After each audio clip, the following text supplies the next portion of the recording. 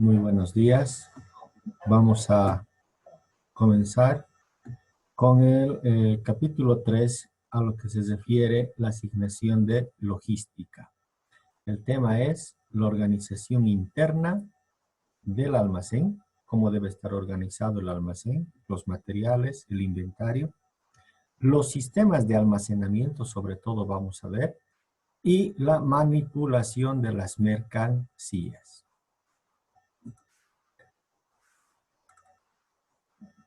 En la introducción, podemos decir que las manipulaciones en el almacén son diferentes, múltiples y variadas. Se emplean varios medios de transporte dentro del almacén interno. Y dentro de esto depende mucho de cuánto tenga de movimiento los productos de los materiales para que esta manipulación sea constante o sea de tiempo en tiempo, ¿no? Los equipos para manipulación de los empleados deben gestionarse, ya sean estas casetillas, rodillos, algún otro tipo de movimiento, grúas, etcétera, deben gestionarse de tal forma que su utilización no generen colas o esperas innecesarias o inactivas, tales como camiones a descargar, pallets a almacenar, mercancía, etcétera, etcétera, ¿no?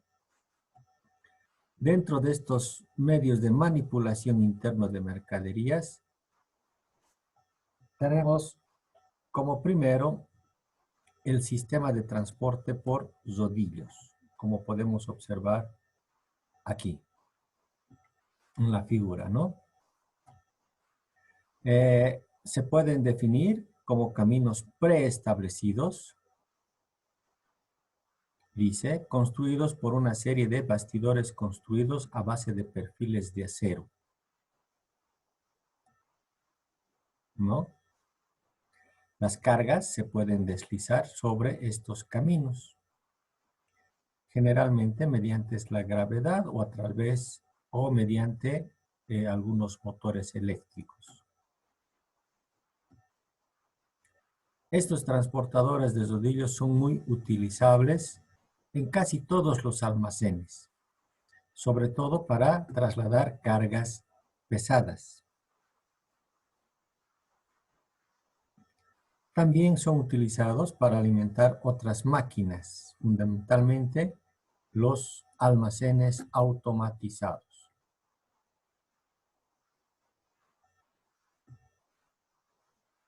El mayor perjuicio, su mayor problema, significan una barrera para los demás móviles del almacén, es decir, ocupan espacio y no se puede utilizar otros medios de transporte, ¿no? Porque estos rodillos son fijos, ¿no? Otro tema de transporte son los transportadores aéreos. Los transportadores aéreos, como podemos ver aquí, un puente grúa.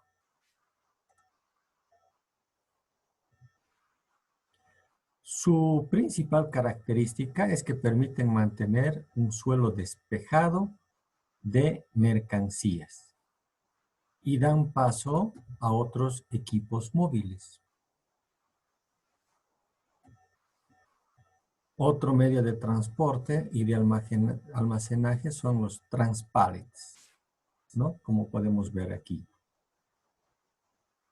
Los transpallets manuales son un medio por su coste y polivalencia se emplea para todo tipo de tareas en el almacén. También se utilizan para la deposición de artículos en el sector de la distribución y en deposiciones lineales. Este es un medio muy polivalente, es decir, para diversos usos, y se pueden utilizar en una multitud de tareas, como habíamos dicho, cargar, descargar, trasladar a otras unidades, cargar a cortas distancias o a ayudar a operaciones de empaque o despacho.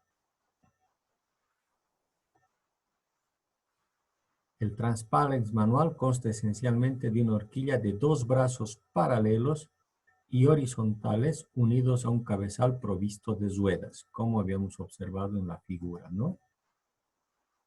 La horquilla, dice, puede elevarse unos centímetros mediante el accionamiento manual con el timón de una bomba hidráulica, soportando así la carga de la paleta hasta que ésta pierde el contacto con el suelo, permitiendo con ello trasladar la mercancía. Veamos ahora lo que son las apiladoras. Las máquinas que permiten, además de transporte horizontal, su elevación, se denominan apiladoras o apiladores, ¿no? Como podemos observar acá en la figura, ¿no? Estas son las apiladoras. Se emplean fundamentalmente para elevar pallets a poca altura, es decir, es como una grúa que eleva la mercancía hasta cierta altura, ¿no? Esto se utiliza sobre todo en sistemas de almacenamiento que apilan cargas unas encima de otras, ¿no? Existen apiladoras manuales que emplean un timón para desplazarse y un sistema de elevación basado en bombas hidráulicas u otros mecanismos, ¿no? Y existen las apiladoras motorizadas, que están provistas de motores eléctricos, accionados por batería, que también surten un motor de elevación. Pasemos a otro medio de transporte de mercancías dentro de lo que es la asignatura de logística y podríamos hablar de las casetillas. Dice, son los medios más empleados en los almacenes para elevar pallets. Su utilización también se extiende a otras tareas, tales como movimientos internos dentro del almacén de carga o descarga o incluso de picking, ¿no? Como podemos ver, aquí estamos viendo alguna casetilla motorizada, ¿no? ¿Qué son las casetillas? Dicen, las casetillas contrapesadas no suelen emplearse para la manipulación de mercancías dentro de la zona de almacenaje. El ancho de pasillo necesario para maniobrar hacen que con este medio se desaproveche espacio en el almacén, o sea que ocupan mucho espacio. Existe la casetilla contrapesada, que es la más utilizada, aunque en la actualidad, dice, la progresiva especialización de los medios de manipulación hacen perder terreno con respecto de las demás, ¿no? Como habíamos indicado, ocupan mucho espacio, ¿no? La casetilla retráctil. Son vehículos cuyo chasis se prolongan horizontalmente, los dos brazos portantes en cuyos extremos se hallan las ruedas delanteras, como podemos ver aquí en la figura.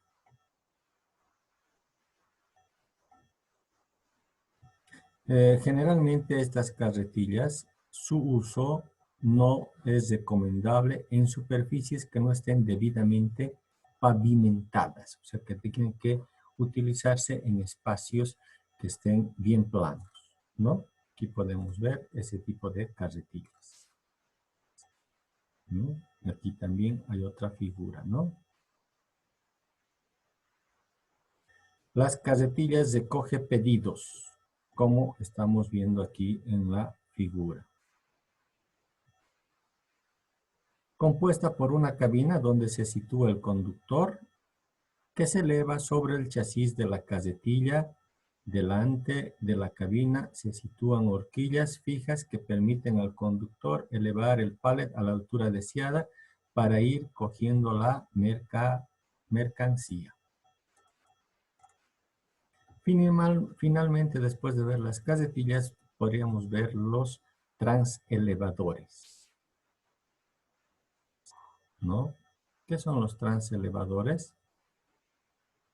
Dice que están constituidos esencialmente por una viga vertical guiada en un carril superior y otro inferior situado a lo largo del pasillo.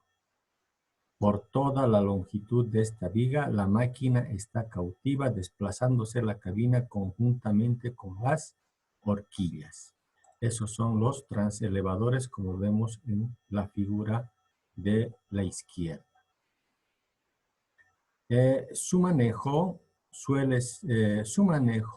dice, son guiadas por un ordenador, es decir, por computadora.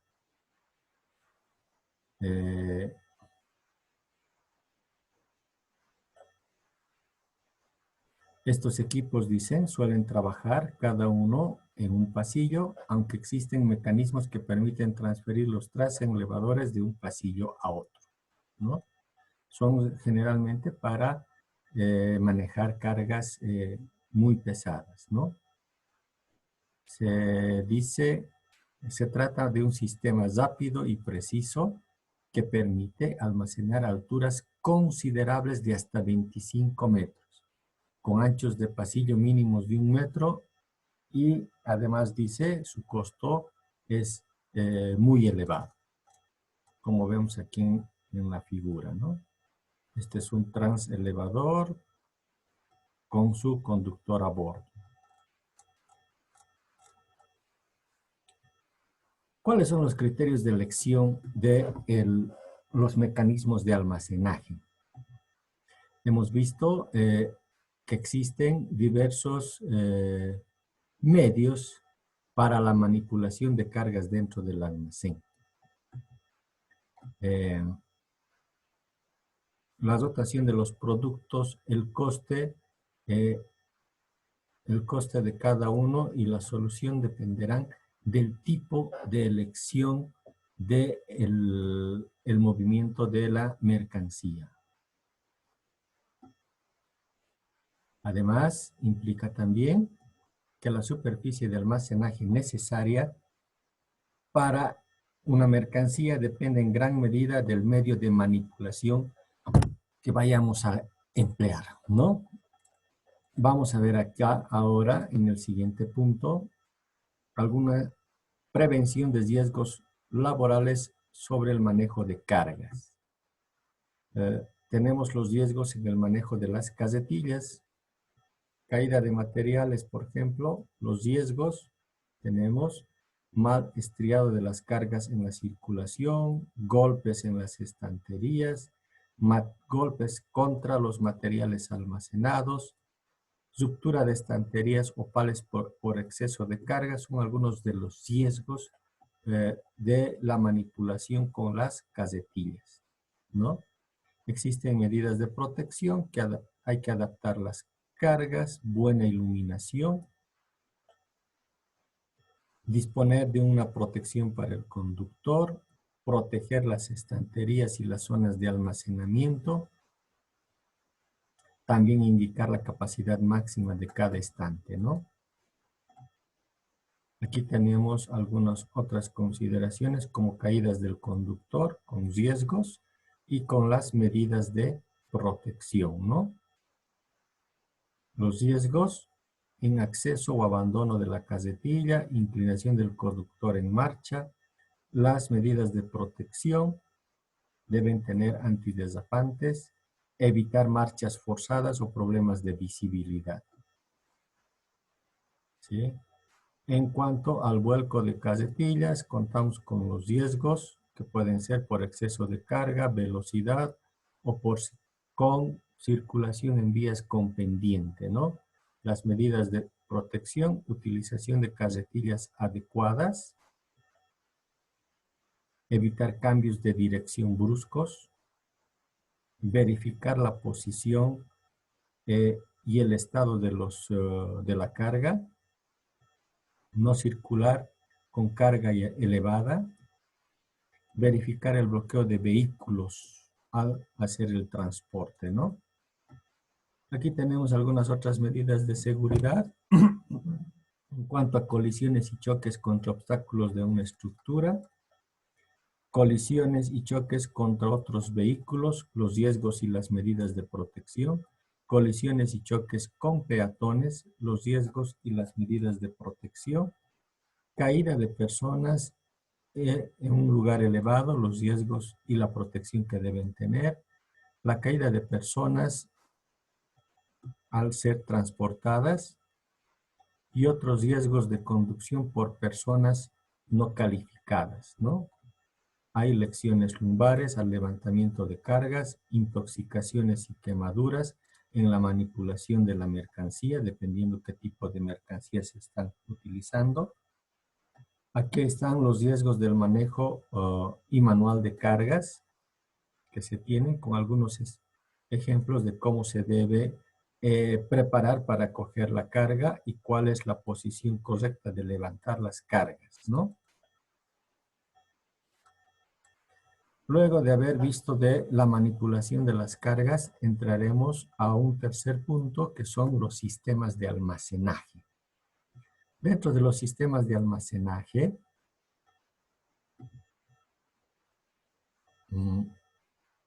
existe el problema fundamental, es que existe el aprovechamiento al máximo del espacio que se tiene en el almacén, los pasillos, el espacio para la manipulación, para la circulación, entre algunos de los aspectos.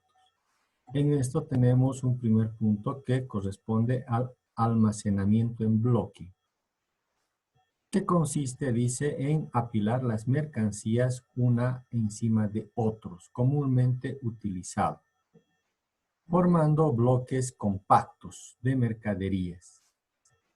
Es un sistema que se emplea tanto para pallets o como para mercancías sin pallets, ¿no? Tienen sus ventajas y sus desventajas. Las estanterías convencionales fijas, que son estantes que se tienen fijos. Es el sistema más universal para productos con pallets o sin pallets. Se basa, dice, en estanterías que permiten el acceso directo a los productos almacenados en ellas a través de distintos pasillos, cuyo ancho estará determinado por el medio de manipulación empleado. En una tienda de repuestos, por ejemplo, generalmente todo está en estanterías. Acá podemos ver un esquema de estanterías fijas convencionales, ¿no? Donde se hace el almacén de los productos. Aquí también contamos con una fotografía sobre un almacén con diferentes estanterías ya fijas, ¿no? El sistema Drive-In. Se trata, dice, de un sistema de almacenaje sin pasillos, es decir, no cuentan con pasillos, en el cual se eliminan los travesaños de las estanterías, pudiendo introducir las casetillas en el interior de las mismas, al no existir travesaños. Los pallets se apoyan sobre casiles dispuestos a lo largo de las estanterías. Aquí volvemos a repetir que son sistemas de almacenaje sin pasillos. Dice, su mayor inconveniente es que solo se pueden acceder a un número determinado de cargas. Y estas cargas son las últimas que entraron. Por este motivo no pueden emplearse para mercancía perecedera. Aquí tenemos ciertas ventajas y desventajas. Esta es una fotografía de estanterías Drive-In, donde ingresa la mercadería y la que se puede utilizar es la última que se ha ingresado, ¿no? Aquí tenemos otra fotografía de este tipo de almacenaje Drive-In, ¿no? Hay otro tipo de almacenaje que dice que es de sistema dinámico. El problema de la distribución de los pallets dentro de las estanterías del sistema anterior se vence si instalamos un sistema basado en estanterías dinámicas. Están compuestas por túneles inclinados y provistos de rodillos, de tal manera que la introducción de los pallets se realiza por uno de los extremos de las estanterías y la extracción se realiza por el otro extremo de las estanterías. Aquí, como podemos observar, tiene un sistema de rodillos donde por un lado ingresa y por el otro lado sale, ¿no? Tienen sus ventajas y sus desventajas. Aquí tenemos un esquema de las estanterías dinámicas donde se tienen rodillos y aquí una fotografía de estas estanterías también dinámicas. Podemos observar los rodillos, entran por un lado y se puede extraer o sacar por el otro lado. Otro tipo de estanterías son aquellas estanterías móviles. Es un sistema, dice, compuesto por estanterías convencionales colocadas uno junto a otras, dejando un solo pasillo para acceder a ellas, ¿no? Generalmente estas estanterías están montadas sobre rieles que permiten su desplazamiento lateral en forma manual o motorizada, dejando un pasillo libre para acceder a todas ellas. Aquí tenemos un sistema de estanterías móviles donde se puede mover todo el estante a través de algunas ruedas. Existen ventajas y desventajas de este tipo de estantería. Existen también formas de almacenaje robotizados. Dice que son sistemas para aprovechar al máximo la capacidad del almacén, así como optimizar su operación. En estos almacenes se automatizan los movimientos mediante transelevadores, caminos de rodillos, etcétera, que operan bajo órdenes de un ordenador o una computadora. Existen sus ventajas y desventajas y aquí tenemos una imagen de un almacenaje robotizado, ¿no? Donde se aprovecha al máximo el sistema de almacenaje. Aquí tenemos también una fotografía donde se ve que todo está manejado desde un sistema computarizado, ¿no? Pasamos a ver el subtítulo que habla de la homogeneidad del producto y sistema de almacenaje. Los sistemas de almacenaje tienen el objetivo principal de ahorrar el espacio. Ello depende de las características de la mercancía, qué tipo de mercancía, si es perecedera o no es perecedera, para que este ahorro en el espacio se produzca realmente. Otra de las características es importante que exista la homogeneidad de las cargas. Es decir, que todas las cargas tengan la misma dimensión, el mismo volumen, hasta el mismo peso, ¿no?